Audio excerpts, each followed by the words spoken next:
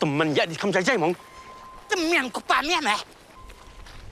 Yang hana hab mudu ya hu MLA sungyi. Mana muda yang boleh jungi? Tip sino meh mga. Abang alim ta la post nyang buat show.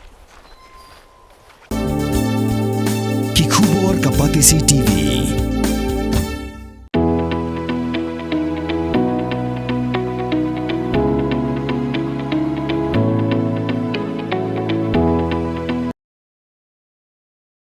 Chairman ka Meghalaya Public Service Commission ulapan por sakatu kanisi ban penbet ya kimat barangsa kibay daybat ka Jingdawa Jong ka Khasi Students Union ban wanra ya ka Jingtung kam ka bakuj basuba.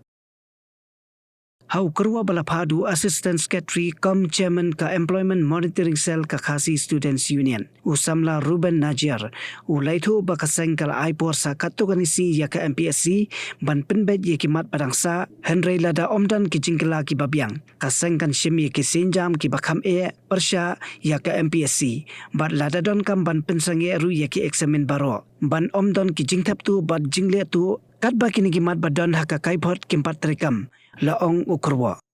Ka KSU kala pentep ba ki weipat kimat ki baka Mpsc kampat pentrekam kilong ba haki eksamen day ban ay ki carbon copy jong ki OMR sheet sya ki nongtho eksamen ba ki nyo ban tep bat ya nujor ban omdan bale tu bat ki marks jong ki ban palaj Paidbah ya ka Jingdon Jingem manla usnam jong boro ki bateri ha Mpsc ba kenthum nadu chairman ki dkhot bat ki wei khnang ban la ban khangla ya ka Bamsap ban pentep ya ki marks jong ka personal interview ladadon ban palaj Paidbah ya ka kaipot terekam jong ka Mpsc ban don ka annual calendar ka ban pentep ya ki nongwat kam halor ki tarik advertisement examen bar result na benta baro shisnam ki jingpen kala ha ki rukom shim interview saka weipat ka Jingdawa jong ka KSU ya ka Mpsc kalong ba ka jingpen banalat kam na ki advertisement kadi balong betek tang ya ki nongsong snong gajala bat ki wei kiman.